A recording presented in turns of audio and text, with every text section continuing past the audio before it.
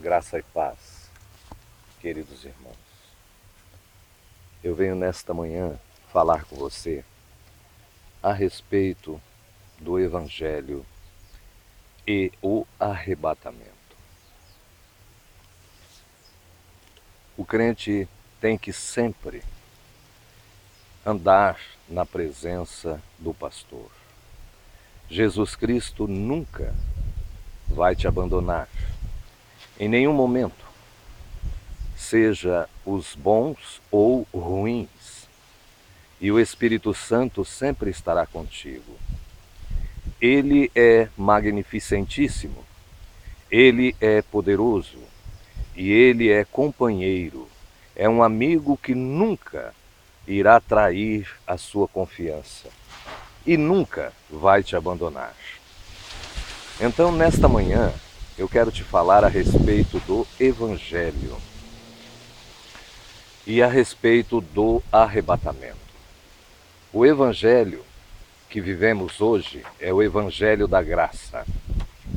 É o Evangelho em que o homem não se esforça muito para obter, mas depois que é salvo, é chamado, é eleito, é escolhido, ele tem que se esforçar para se manter na presença do pastor. Quando Jesus ensinava, ele ia para as sinagogas e ali ele pregava a palavra. Ele estava vivendo ainda no tempo da lei e ele pregava a respeito do reino de Deus. Então o Evangelho é como se fosse uma moeda com duas faces. Tem o Evangelho do reino e o Evangelho da graça. Jesus anunciava o reino dele. É por isso que as pessoas da época pensavam que ele ia tomar o poder dos romanos, iria assumir o controle da nação de Israel, que naquela época, há 2000 anos atrás, estava sobre o domínio da nação romana, nação italiana. Mas Jesus anunciava um reino futuro, um reino de paz, um reino de prosperidade, um reino espiritual e não um reino a nível humano. Ele anunciava o Evangelho do Reino. E este Evangelho do Reino é o Evangelho que será pregado depois que a igreja for retirada da terra. Depois que a igreja subir no arrebatamento para se encontrar com o Senhor nos ares e ali, nas mansões celestiais, participar das bodas do Cordeiro, serão 7 anos de festa, aonde a igreja receberá o seu galardão. Depois que isto acontecer, então o Senhor, o Pai, levantará 144.000 homens para pregar o Evangelho do Reino. E além desses 144.000, virá dos céus as 2 testemunhas. São 2 homens que ainda não passaram pela morte e que estão ali na glória. Muitos cogitam que pode ser Elias e Enoque.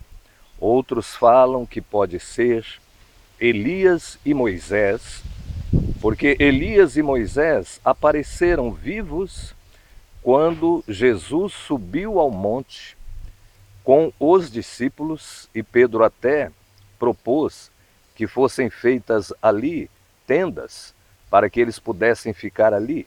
Elias apareceu junto com Moisés. Então, para dar o testemunho da graça, do Evangelho da graça, a igreja ainda está neste mundo. A igreja faz o trabalho de evangelismo. Homens e mulheres de Deus são chamados, escolhidos, são eleitos para a salvação e para a divulgação do Evangelho da graça.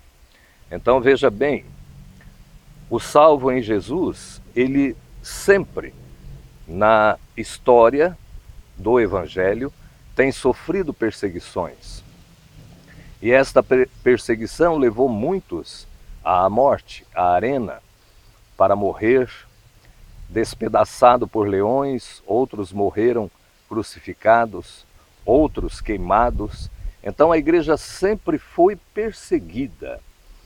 E para dar testemunho do Evangelho, o Senhor separou um tempo de 2000 anos, ou um pouco mais, para que a igreja ficasse no mundo, preparasse uma nação santa, escolhida no meio do povo gentio.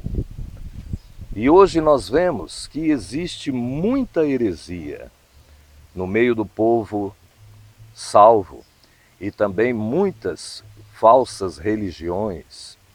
É o fermento que a palavra diz. Um pouquinho de fermento leveda toda a massa. Um pouco de heresia estraga uma convivência, uma comunhão santa, pura, separada com Deus. É por isso que nós temos que evitar estar frequentando lugares aonde as pessoas visam só as coisas deste mundo e se esquecem de pregar o Evangelho, se esquecem de pregar a mensagem da cruz, se esquecem de pregar a santificação, se esquecem de pregar a purificação.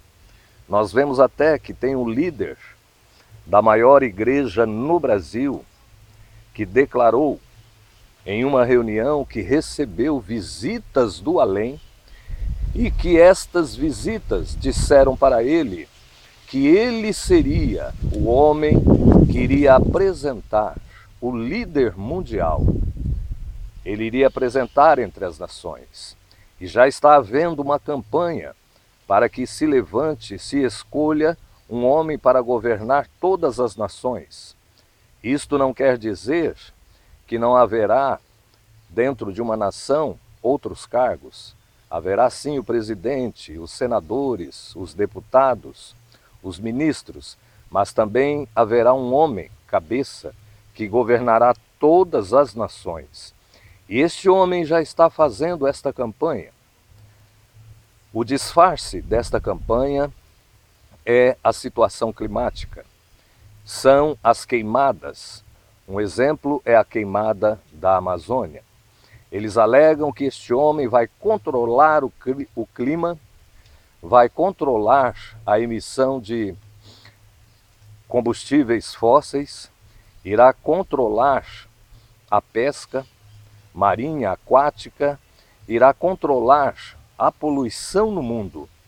Para isso, eles acham que a igreja vai passar despercebida e enganada, achando que este homem será uma boa ideia, será uma boa opção para a igreja, mas não será, porque o objetivo final é controlar a humanidade, é implantar na humanidade um dispositivo para rastrear, para controlar, para observar e para sondar o passo de todas as pessoas.